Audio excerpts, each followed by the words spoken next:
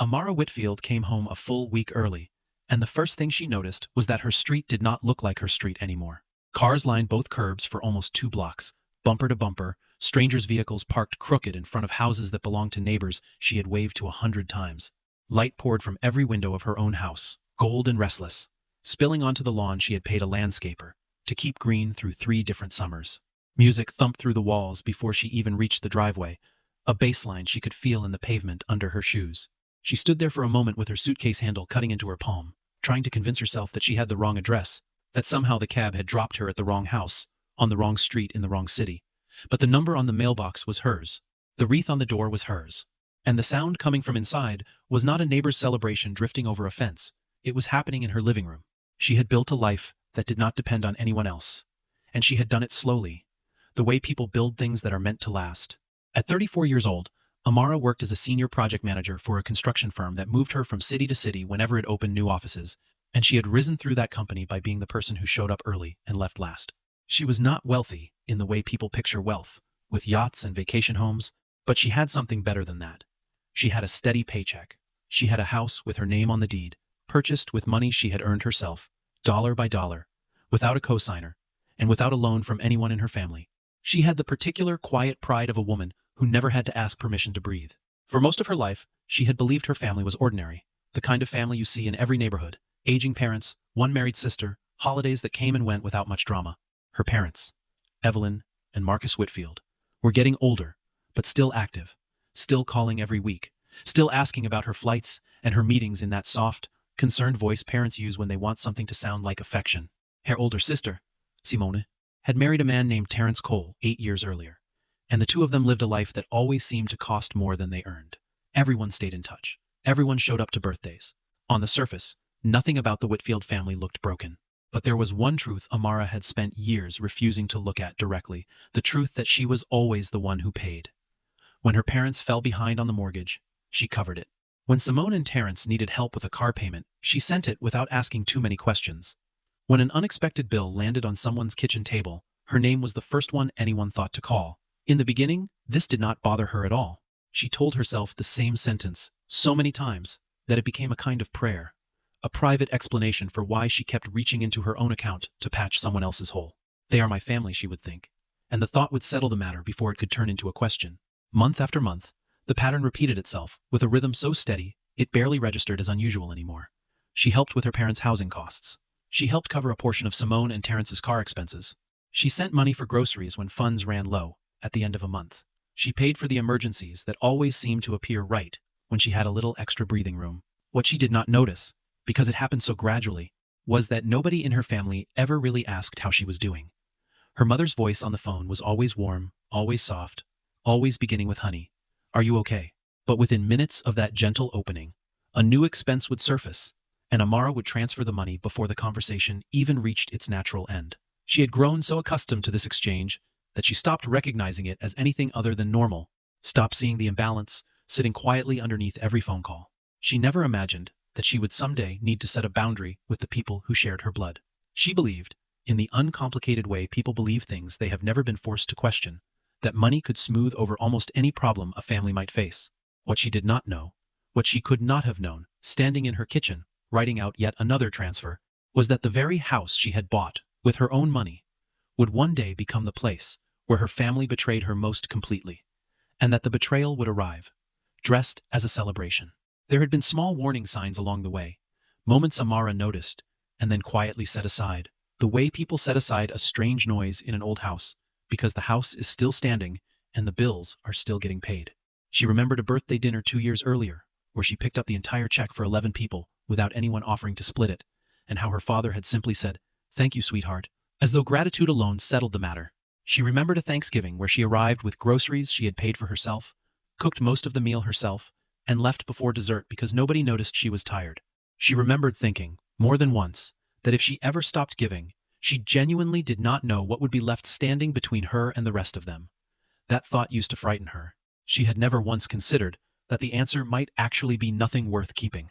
The opportunity came without warning, the way most turning points do. Her company was expanding into a new state, and the leadership team chose Amara to oversee the construction of the new branch office from the ground up. It was the kind of assignment that could define a career, The sort of project that either proved a person capable of more responsibility or quietly ended their momentum. If she managed it well, a promotion was almost guaranteed. The trip was expected to last about 1 month, long enough to require real preparation, long enough that leaving home felt like leaving a small chapter of her life behind for a while. Before she left, she called her mother. Her voice was calm and practical, the voice of a woman used to organizing complicated things. "I'll be gone about a month," she said. "Could you check on the house while I'm away?" Evelyn agreed immediately, almost too quickly, in a tone that suggested she had been waiting for exactly this kind of request. She still had a spare key from years earlier, tucked away in a drawer, and she promised to stop by and make sure everything stayed in order. This detail mattered more than Amara realized at the time, because it represented something deeper than a house key. It represented complete trust, the kind of trust a daughter gives without a second thought, the kind that only becomes visible once it has been broken. Amara flew out to the new city and threw herself into the work almost immediately. The days stretched to 12 hours without much complaint from her, because she had always found a strange comfort in exhaustion that came from building something real. She met with contractors who argued about timelines. She sat across tables from clients who wanted guarantees nobody could honestly give. She wrestled with permits that seemed designed to test her patience, interviewed candidates for the new office, and tried to shape an empty space into something that could function as a functioning branch within weeks.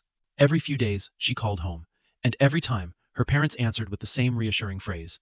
"Everything's fine here," they told her, and she believed them, because there was no obvious reason not to. About 2 weeks into the trip, Evelyn called with a different tone in her voice, one edged with worry rather than warmth. She explained that the drainage system in the house had failed, that water was pooling somewhere it should not be, that the situation sounded serious enough to require immediate attention. A plumber had already come to look at it, she said, and the estimate for repairs came to $5,400. Amara paused for a moment when she heard the number. It was a significant amount, more than she typically sent without asking a few more questions. But she was tired, and she was far from home, and the fear in her mother's voice felt convincing enough to override her usual caution. "All right," she said. "I'll send it right now." She transferred the full $5,400 before she even hung up the phone. Evelyn thanked her warmly, and Amara turned her attention back to the work in front of her, unaware that she had just planted the first quiet detonator in a story that had not yet revealed its shape. 3 weeks into the assignment, everything came together faster than anyone had expected. 3 major contracts were signed in the same week. The new branch office opened its doors ahead of schedule, fully staffed and fully operational.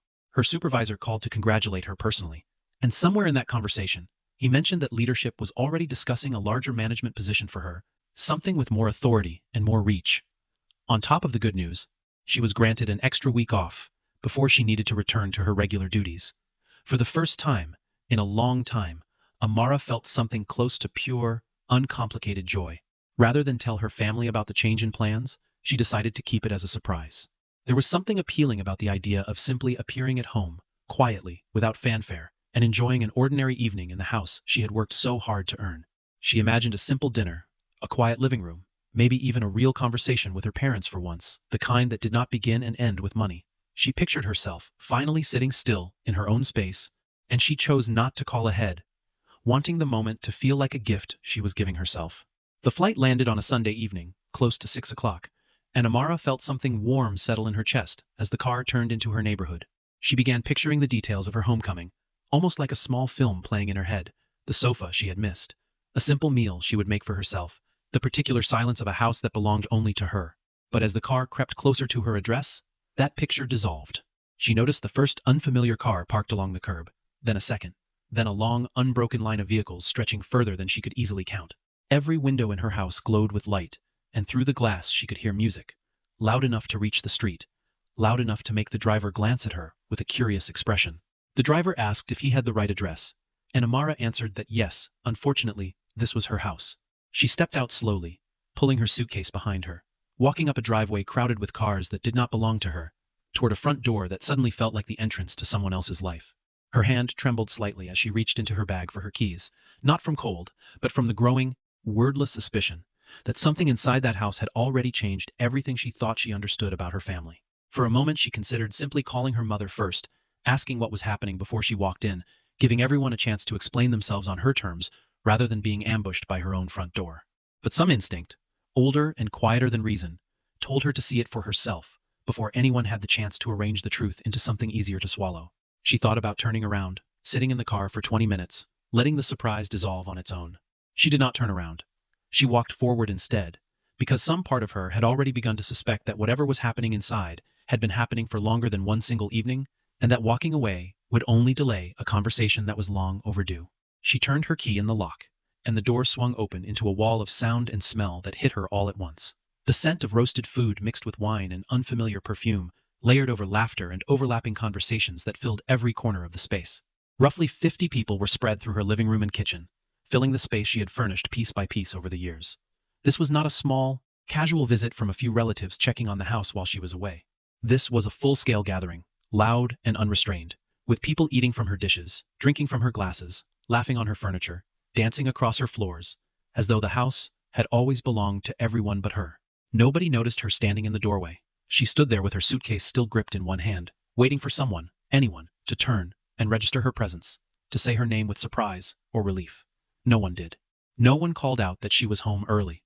No one crossed the room to hug her or explain what was happening. She simply stood at the edge of her own gathering, invisible in the middle of the crowd that filled her home. Then she looked up, past the crowd, toward the wall, above the fireplace, and saw it. A large red banner stretched across the space, the kind used for reunions and celebrations, with bold white letters spelling out a single sentence: "The whole big family is here." It struck her harder than the noise, harder than the unfamiliar faces, harder than the mess already forming across her kitchen counters. Because it was true. Every branch of her family seemed to be represented in that room. Aunts and cousins and old family friends she had not seen in years, all gathered under one roof to celebrate being together. Every single person who mattered to her family was present. Except, apparently, for the one person whose name was on the deed.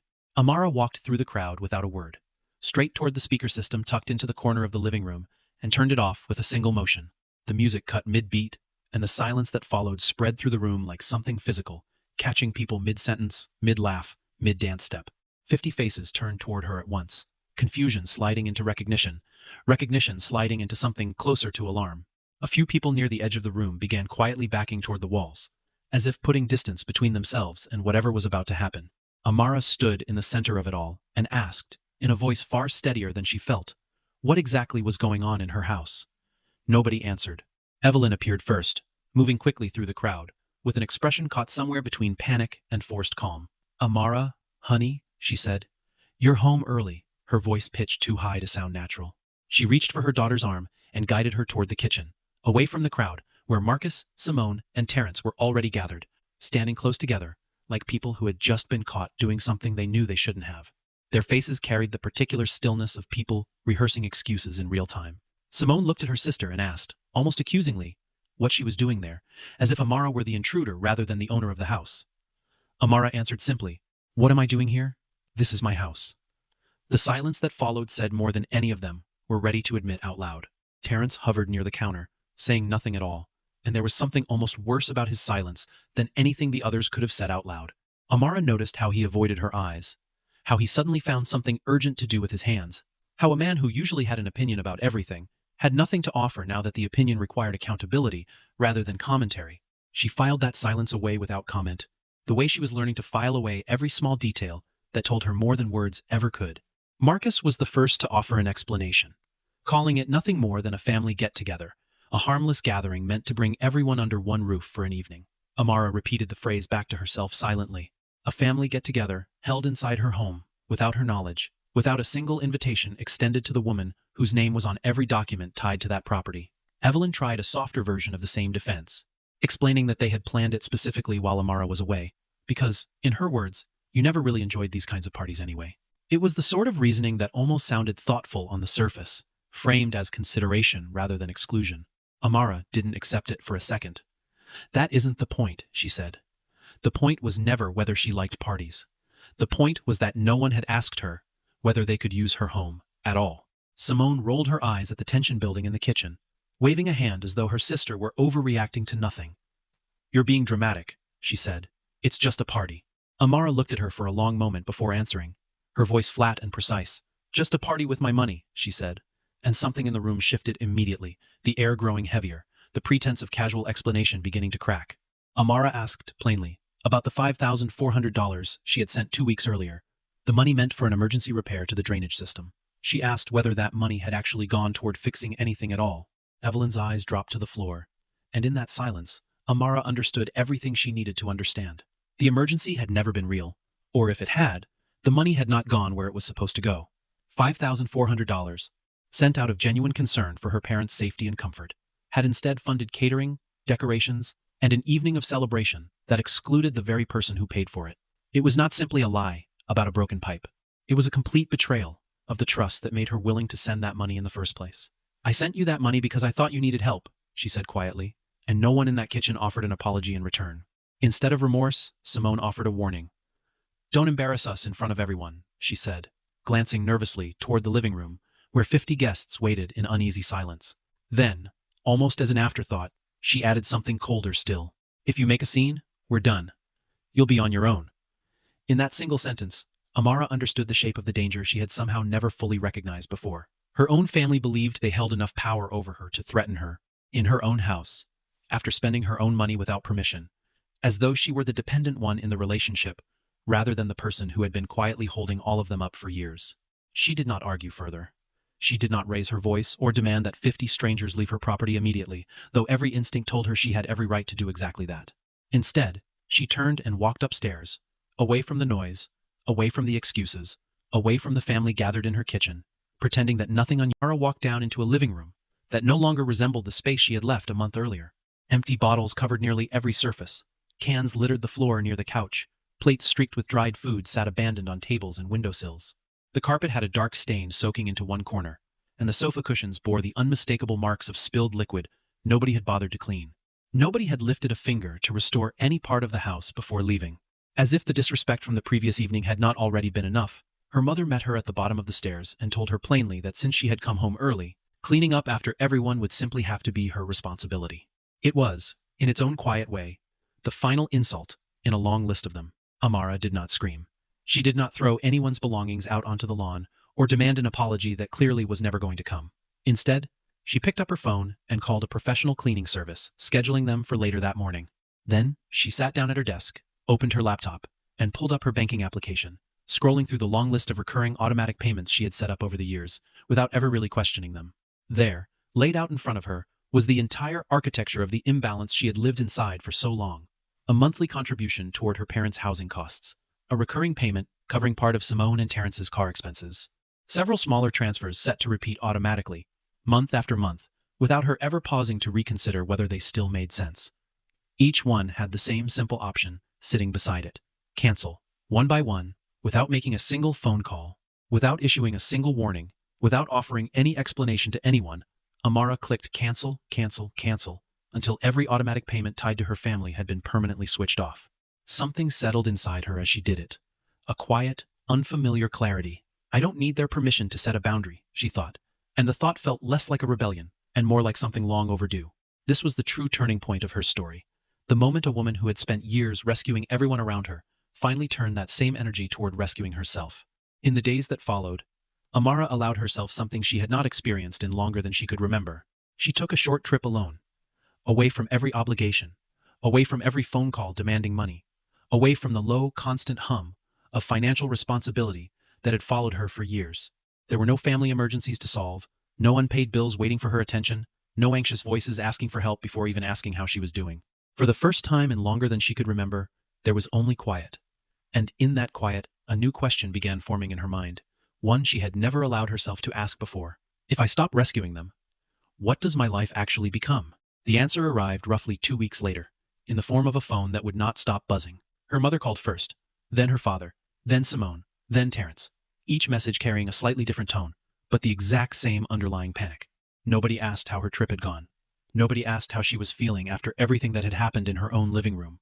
The messages were almost identical in substance. Why didn't the mortgage payment go through? The bank called about the account. Why didn't the car payment process this month? Amara read each message once and deleted it without responding, offering no explanation, entering no arguments, engaging in no long overdue confrontation over text. Eventually, the entire family showed up at her front door together, standing on the porch in a loose cluster, knocking with the kind of urgency reserved for genuine crises. Amara did not open the door. Her mother, out of old habit, reached for the spare key she had carried for years, the same key that had once granted her free access to check on the house whenever Amara traveled. It did not turn in the lock. Amara had already changed it. There was something almost unbearably symbolic about that image. A mother standing outside her daughter's home holding a key that no longer opened anything at all. The physical lock had changed, but so had something far larger and far less visible, the quiet understanding between them that Evelyn had always had a place inside her daughter's life. That access, too, had been revoked, and no amount of standing on the porch was going to bring it back. When direct pressure failed, the family widened their approach, reaching out to cousins, aunts, and uncles, many of whom had attended the party themselves, without a second thought about whose house they were standing in. Each of them delivered some version of the same message. It was just a party, they told her. You're being childish about this. Family should stick together no matter what. Listening to the calls and messages pile up, Amara arrived at a realization that clarified everything that had happened since she walked through her own front door and found 50 strangers celebrating without her. None of them cared about the betrayal itself. What they wanted was simply for the money to start flowing again. Word of the canceled payments spread through the extended family faster than Amara expected. Carried along by phone calls and quiet conversations at kitchen tables she was no longer welcome at.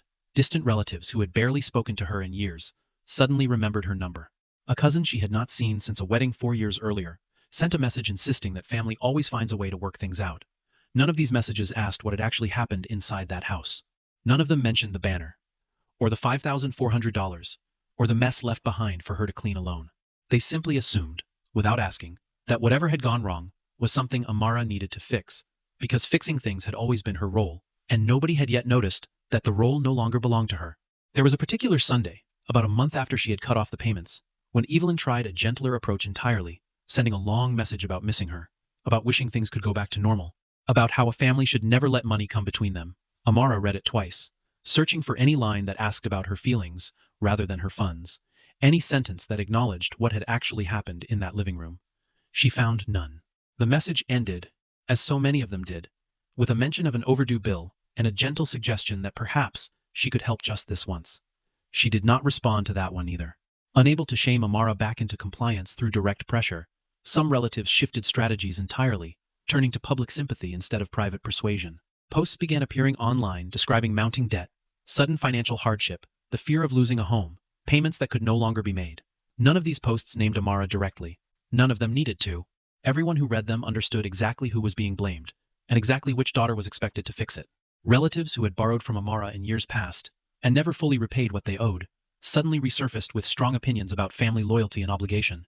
An uncle who still owed her money from an old loan sent a lengthy message about the importance of blood relationships.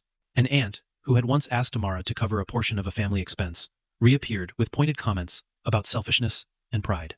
Almost overnight, people who had contributed nothing to her life for years positioned themselves as moral authorities on how she was supposed to behave.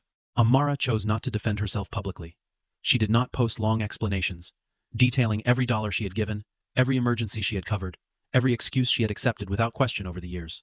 She simply removed the posts from her view, blocked the accounts that grew hostile, and let silence become her only response. It was a small decision, but an important one, in the larger shape of her transformation. She no longer needed to win an argument in front of an audience. She needed only to remove herself completely from a cycle that had drained her for far too long. Around this same time, her supervisor called again, returning to the subject of the larger management position he had mentioned weeks earlier.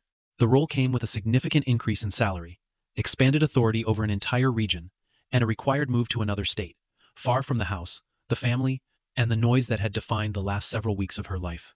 In the past, faced with an opportunity like this, Amara might have immediately wondered what her family would think, whether they would see the move as abandonment, whether accepting it would somehow make her selfish. This time, a different question rose to the surface instead. What do I actually want? The answer came without hesitation. I want the position, she told her supervisor, and he congratulated her warmly, already outlining the transition timeline for her new role. The offer became official within days. A new chapter of her life had begun, one she intended to build entirely on her own terms. Before making the final move, Amara decided to sell the house, not because anything about it had failed her, but because she no longer wanted to live inside a place so heavily marked by betrayal. The house had once symbolized every ounce of hard work she had poured into building an independent life. Now it carried a different weight, filled with memories of 50 strangers dancing beneath a banner that excluded her, of a mother standing outside a door with a useless key, of a sister threatening her inside her own kitchen. Selling it felt less like giving something up and more like finally setting something down. The sale moved quickly, and multiple offers came in above her expectations. She told no one in her family about the process until it was already complete, unwilling to give any of them the chance to interfere, to guilt her out of it, or to attach themselves to the profits of a decision that belonged entirely to her. Just days before she was scheduled to leave for her new city, Simone appeared at her workplace, looking noticeably tired, her usual confidence replaced by something closer to desperation. She explained that their parents might actually lose their home entirely, that the numbers no longer worked without the support Amara had quietly been providing for years. She mentioned, almost as an afterthought, that she and Terence might lose their car as well. Amara listened to every word without interrupting, but for the first time in longer than she could remember, she felt no immediate urge to fix anything. "We're family," Simone said, as though the phrase alone should be enough to reverse everything that had happened. Amara asked her a simple question in return. "When was the last time you called me just to see how I was doing?" Simone had no answer. Amara pressed further. "When was the last time you invited me somewhere without needing money from me first?" The silence that followed stretched longer than either of them seemed comfortable with, and it told Amara everything she needed to know. "You've never treated me like family," she said finally, her voice steady, almost gentle despite the weight of the words. There was a brief pause before she continued. "You've treated me like an automated teller machine." It was the single sentence that pulled together every unspoken imbalance from years of quiet transfers, every unanswered question about her well-being, every moment she had mistaken financial dependence for genuine connection. Everything that had built quietly for over a decade finally found its way into one clear, complete thought. Simone tried once more, her voice cracking slightly as she pleaded with her sister not to walk away from the family entirely. Amara told her plainly that she was moving to another state the following week. Simone's response was immediate and sharp. "You can't just abandon us," she said. Amara looked at her for a long moment before answering with two simple words. "Watch me." Then she turned, walked to her car, and drove away without looking back, leaving her sister standing in the parking lot with nothing left to say. In her new city, Amara built a life from scratch, one shaped entirely by her own choices rather than her family's needs. She rented an apartment in a neighborhood where nobody knew the long history behind her. Nobody knew about the years of quiet financial support. Nobody knew about the mortgage payments, or the car expenses, or the endless string of emergencies she had absorbed without complaint. The people around her simply knew one thing about Amara Whitfield. She was excellent at her job. She stepped into her new role as branch director with a clarity she had never felt before. She earned the respect of her new team quickly, built systems that made the office run smoothly, and set goals that had nothing to do with covering anyone else's expenses. For the first time in her adult life, her success belonged entirely to her, unattached to any obligation, unclaimed by anyone else's crisis. She made a few friends in the new city, slowly, carefully, the way a person learns to trust water again after nearly drowning in it. There was a coworker named Danielle, who invited her to dinner one evening, and never once mentioned money, who simply asked about her weekend, and actually waited for the answer. There was a neighbor named Michael, who helped her carry boxes up 2 flights of stairs, and refused any payment beyond a cup of coffee. Small moments like these felt strange to her at first, almost suspicious, because she had spent so many years assuming that kindness always arrived with a hidden invoice attached. Slowly, she began to understand that it did not have to work that way, that some relationships simply existed because two people enjoyed each other's company, with nothing else required to keep them standing. Back in the city she had left behind, her parents eventually faced the consequences of years spent depending on a support system that no longer existed. Without the steady flow of money they had grown used to, they were forced to sell their home and move into something smaller, something that matched their actual income, rather than the comfortable illusion Amara had unknowingly financed for so long. Simone and Terence traded in their expensive car for something more modest, something they could genuinely afford without outside help. Nobody in the family fell into ruin. Nobody's life collapsed entirely. They simply learned, for the first time in a long while, what it meant to live within the boundaries of what they actually had. She kept a small notebook during those first months in the new city. Nothing formal, just a place to write down thoughts she had never allowed herself to say out loud before. In it, she wrote that love should never come with a monthly due date. She wrote that a family gathering should never require the one paying for it to be uninvited from it. She wrote, on one particularly quiet evening, that she had spent so many years being useful that she had forgotten how to simply be present, and that presence, not usefulness, was what she wanted for the rest of her life. Reading those pages back months later, she barely recognized the woman who had written them, and that, more than anything, told her how far she had actually come. Sometimes, in quiet moments in her new apartment, Amara thought back to that red banner stretched above her fireplace, the bold letters proclaiming that the whole big family was there. At the time, the words had felt like a knife. Looking back now, she understood them differently. Every person who mattered to that family had been welcomed into that room that night. The only person missing from the celebration was the one who had quietly paid for so much of what made their lives comfortable enough to celebrate it all. She came to understand, slowly, and without bitterness, exactly what her role had been within that family for so many years. They had never truly wanted a daughter who simply existed among them, sharing ordinary conversations and ordinary holidays. They had never truly wanted a sister who showed up for reasons that had nothing to do with money. What they had wanted, without ever admitting it out loud, was a reliable source of funds, a person who always agreed, a person who appeared the moment a bill needed paying, a person who never questioned where the money actually went. Amara did not close this chapter of her life with hatred toward the people who had shaped so much of it. Instead, she closed it with something closer to growth. I spent 34 years thinking being a good daughter meant always giving, she admitted quietly to herself one evening, staring out at a skyline that belonged to a city with no history attached to her name. Then came the second half of that same realization, the part that finally set her free. Now, I know that being a good person doesn't mean letting people use you. From that point forward, she began building something new entirely for herself. She started saving money with a purpose that had nothing to do with anyone else's emergencies. She traveled to places she had always wanted to see, purchased a new home under conditions entirely of her own choosing, and slowly cultivated friendships and relationships built on mutual care rather than one-sided dependence. Most importantly, she discovered that she no longer felt guilty when she said the word no, a small word that had once felt impossible to speak inside her own family, and now felt like the most honest sentence she had ever learned to say. They didn't want a daughter or a sister. They wanted a paycheck. And for the first time in her life, Amara Whitfield finally stopped being one.